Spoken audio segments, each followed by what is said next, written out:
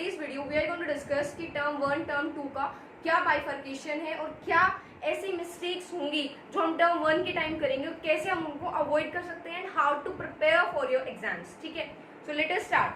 The very first is हमारी 2 division हो चुकी हैं, टर्म 1 एंड टर्म 2.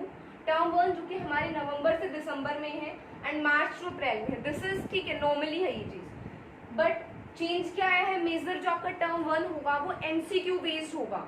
ठीक है, 90 मिनट्स का होने वाला है ये आपका paper and this one is going to be for you 120 minutes. ठीक है, 1.5 आवर एंड 2 आवर का हमारा एग्जाम होने वाला है. इनकी टाइम करने का टाइम रिड्यूस हो चुका है, तो इसमें तो आपको कोई टेंशन नहीं लेना है ऐसा, क्योंकि क्या है सिर्फ इधर एमसीक्यू बेस्ड क्वेश्चन है. बट इसकी जो हम टाइम बेस्ड प्लानिंग करते थे अपने की इस क्वेश्चन को मेरे को इतना टाइम देना है, वो भी चेंज होगा. एंड ऑब्वियस है कि क्वेश्चन कम होंगे. एंड दूसरी चीज है कि 50% सिलेबस टर्म 1 के अंदर रहने वाला है, 50% हमारे टर्म 2 के अंदर रहने वाला है. बट जो प्रेजेंट सिलेबस है इस टाइम चेंज किया था, पिछली बार जो रिड्यूस किया था उसको अब इस बार फिर से डाल दिया था. बट नाउ सीबीएसई सेइंग कि दे विल रैशनलाइज इट, यानी कि इसको रिड्यूस करेंगे. बट वो चीज क्लियर नहीं है कि कितना 50% टर्म 1 में आएगा, कितना टर्म 2 में आएगा, एंड मोर ओवर कि क्या जो सिलेबस है वो रिड्यूस होने वाला है. सो बट यहाँ पे अब इनकी मार्क्स कैसे मिलने वाले हैं, मार्क्स के अंदर बच्चों को बहुत कंफ्यूजन हो रहा है जब आप नोटिफिकेशन पढ़ रहे हो. सो let us clarify it. The very first thing is हम 2 सिचुएशंस को देख रहे हैं. द वेरी फर्स्ट इज कि टर्म 1 और टर्म 2 दोनों ही टर्म्स के अंदर आपने अपने स्कूल से जाके या सेंटर से जाके उस एग्जाम को दिया है. ठीक है, ऑफलाइन मोड रहा है, टीचर्स के सामने आपने उस एग्जाम को दिया है. सो 50% marks for your term 1, 50% marks आपके टर्म 1 से आपका रिजल्ट तैयार हो जाएगा and 50% for your term 2. And इसका टोटल ऑपोजिट सिचुएशन जब नो आती है हमारे पास, यानी कि दोनों में से किसी भी टर्म में आप स्कूल नहीं गए, तो भी दोनों का 50-50% रहेगा. बट प्लस आपके इंटरनल असेसमेंट, यूनिट टेस्ट, ये सब भी एड ऑन हो जाएंगे.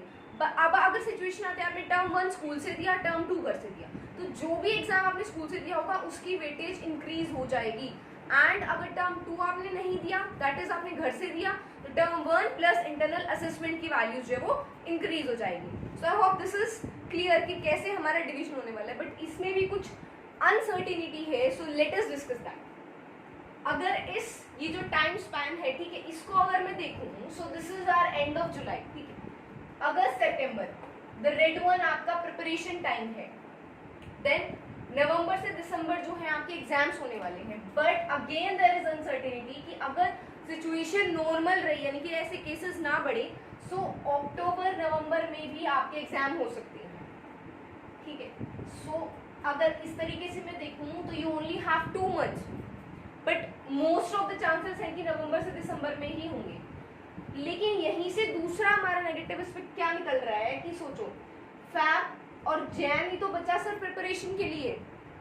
जो हमारी टर्म 2 है वो होना है मार्च एंड अप्रैल में. तो टर्म 1 के लिए जो कि हमारा 90 मिनट्स का पेपर होने वाला है, तो मार्क्स भी कम होंगे.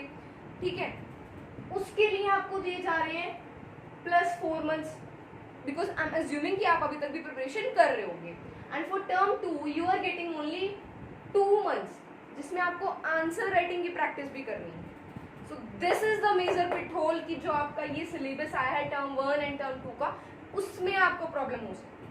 तो इसको हमें ओवरकम कैसे करना है और किन चैप्टर्स को हमें पढ़ना है वो देखते हैं. नाउ आई एम अज्यूमिंग कि यू हैव 10 चैप्टर्स. अब इसको कोई भी क्लास कितने भी सब्जेक्ट्स, ठीक है, अपना डिवाइड कर सकते हो. तो 10 चैप्टर्स हैं, तो अगर मैं इवेंचुअली देखूँ तो इसके 5 चैप्टर्स बिकॉज 50-50% सिलेबस आने वाला है. सीबीएसई ने ये नहीं बोला कि 30%, 70% ऐसा कुछ हम रखने वाले. सो दैट इज क्लियरली साइड कि 50-50% सिलेबस आने वाला है. तो इट इज ऑब्वियस कि लास्ट के चैप्टर्स का तो 50% टर्म 1 में आ नहीं सकता. ठीक है, तो we are suppose to prepare for the very beginning chapters. अब कुछ डाउट है कि कुछ सिलेबस कटने वाला है. अब अगर मैंने वो सिलेबस पढ़ लिया और वो नहीं आया, so I will be very sad. ठीक है, और ऐसा नहीं होने वाला कि पूरा का पूरा सिलेबस कट जाएगा. कुछ चैप्टर्स होंगे, लेकिन टाइम तो जा रहा है ना, तो उसके लिए हमें क्या करना है, there is a very special trick to overcome that problem. That is suppose कि जो हमारे टर्म 1 के चैप्टर्स होने वाले हैं, इनके फर्स्ट 5 चैप्टर्स, 10 को हाफ अगर मैं डिवाइड करूँ 50%. ठीक है, सो तो 4th चैप्टर क्या था आपका, लास्ट टाइम कटा हुआ था. हमें पता है कि लास्ट ईयर कौन से चैप्टर्स कटे हुए थे.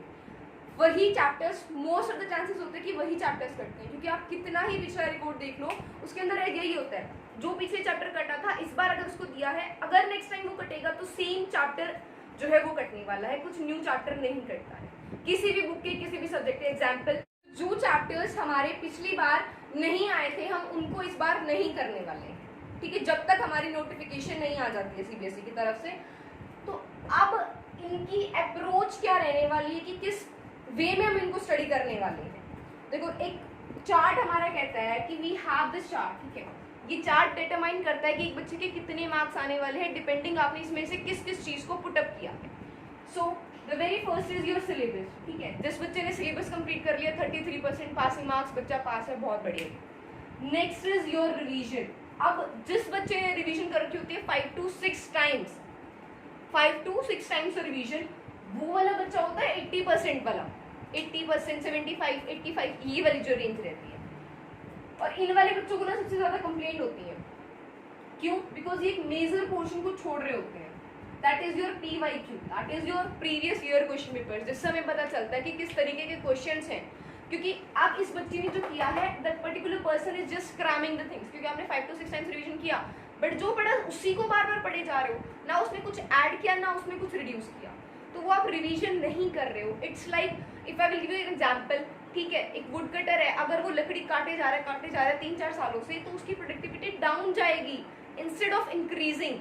वहीं अगर वो डेली अपनी जो एक्स है उसको थोड़ा सा शार्पन कर ले, उसकी प्रोडक्टिविटी इंक्रीज होगी। दैट इज कि आपने कुछ सीखा है जो आप काम उससे कर रहे हो, इट्स नॉट कि you are repeating the things. तो रिवीजन में सबसे इंपॉर्टेंट चीज हमें क्या रखनी है, we don't have to repeat the things, हमें कुछ ऐड ऑन करना होता है, कुछ रिड्यूस करना होता है, जो परफेक्ट वे होता है हमारी रिवीजन का। एंड वो हमें कहाँ से पता चलता है, that is from your previous year question papers. जब हम उनको सोल्व करते हैं तो पता चलता है कौन सा क्वेश्चन रिपीटेड रहा है, कौन सा क्वेश्चन 3 मार्क्स में था, कौन सा क्वेश्चन 5 मार्क्स में था। बट वेरी फॉर्चुनेटली ये जो 4 चैप्टर्स होंगे उनका आपको ऐसा कुछ भी नहीं देखना है। इन चैप्टर्स को अगर आप ये जो सिर्फ syllabus complete and 5 to 6 times revision कर लोगे ना, so you are going to rock it, that is for sure. क्योंकि इसमें है क्या, you have to just remember the concepts, ठीक है, उसमें एक पर्टिकुलर लाइन है, आपको वो लाइन आती है, you are very well done, ठीक है, एग्जाम में आ गए marks, nothing to do about that. So it is easier for you guys this time. But सिर्फ इतना सा ध्यान रखना है कि हमें ये जो 50-50% सिलेबस का जो पैटर्न है उसके बजाय हमें 70 to 30 वाला रखना है। Now what is this, this is कि टर्म 1 के एग्जाम से पहले हमें 70% सिलेबस कंप्लीट करना है विद अ डिफरेंट अप्रोच। यानी कि वो अप्रोच क्या रहने वाली है, जो हमारे फर्स्ट 4 चैप्टर्स होंगे उनको हम MCQ बेस्ड में करेंगे, एंड जो अब हमें क्या करना है, see we have left with 4 chapters, तो 6th और 7th चैप्टर को हम इसी टाइम करेंगे, यानी कि टर्म 1 की प्रिपरेशन से के बीच में जब भी आपको टाइम लगे, ठीक है, उस टाइम हमें करना है। पर कैसे करना है, इन चैप्टर्स को जो छोटी छोटी लाइन है कि when it was happened, when it was this, तो ये जो डेट्स हैं और कुछ जो डेफिनेशंस वाली जो चीज़ है, जो 1 वर्ड की जो हमें अज्यूम होता है कि ठीक है 1 मार्क्स का है, उस वाले को हमें नहीं करना है। यहाँ पे हमें क्या करना है, आंसर फ्रेमिंग के रूप में करना है इसको, ठीक है। अप्रोच कैसी रहने वाली है, आंसर फ्रेमिंग की। बट यहाँ पे अभी भी हम प्रीवियस ईयर क्वेश्चन पेपर नहीं करने वाले हैं, तो इसके अंदर हमें सिर्फ करना क्या है, टर्म 1 के अंदर सिर्फ MCQ प्रिपरेशंस करनी है। और उसके लिए वो MCQ प्रिपरेशंस कैसे हो सकती हैं, NCERT is the only solution for that.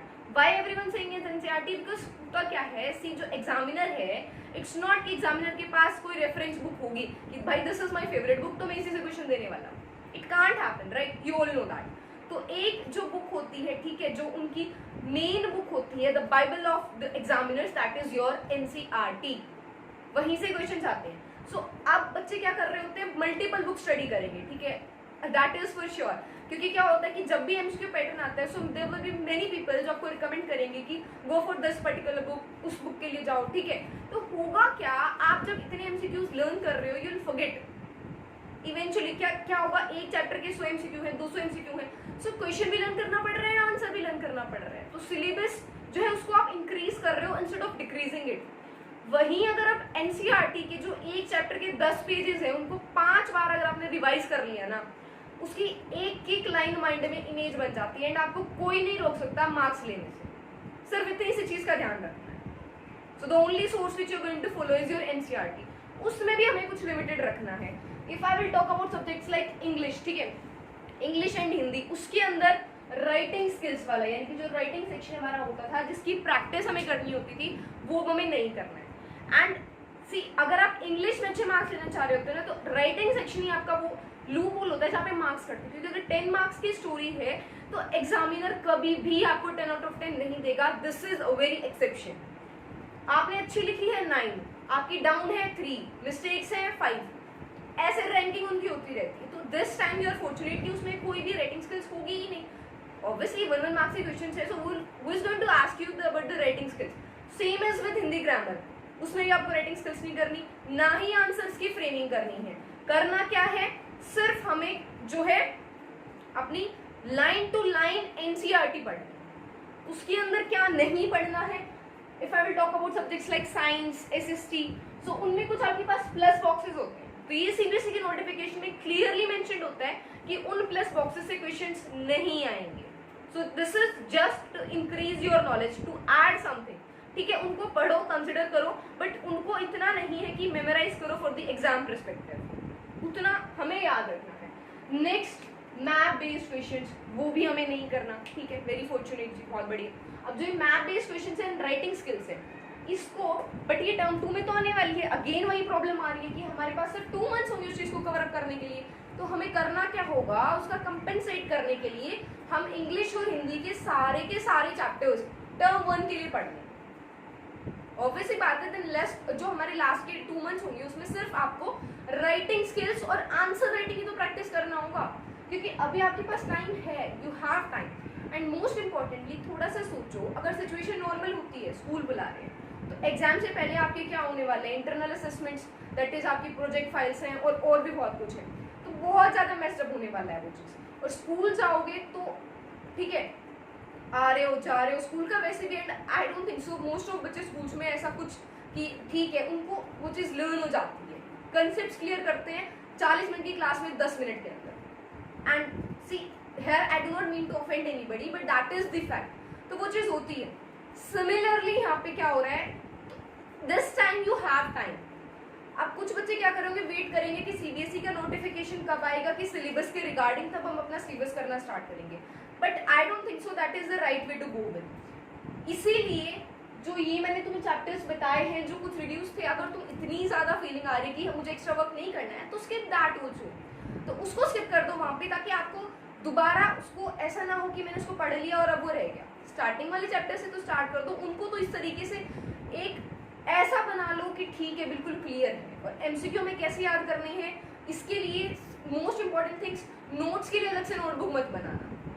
Notes के लिए अलग से नोटबुक हमें नहीं बनानी है बिल्कुल भी. इनके लिए जो हमारी एनसीईआरटी के साइड में पेजेस होते हैं, साइड में अगर किसी को वो भी स्पेस कम लग रहा है तो A4 साइज शीट्स होती हैं, उनके छोटे छोटे लो और वहाँ पे पेस्ट कर दो. And this for this I am going to make another video जिसमें हम एमसीक्यू के डिटेल में करेंगे कि उसको हमें स्टडी कैसे करना है. एंड उसी के साथ हम डिस्ट्रैक्शंस के बारे में भी बात करेंगे कि how to overcome those distractions. And very important your procrastination, जो क्योंकि हम ना अपने आप को एक रीजन दे रहे हैं कि सीबीएसई की नोटिफिकेशन आएगी जब मैं पढ़ूंगी. ठीक है, तो वो हमें कैसे कम करना है, will talk about that. So till that I hope you have got what I have just tried to put in your brain and you will follow that. So thank you and I hope you have understood, and if you do so, do subscribe my channel and please share it with your friends.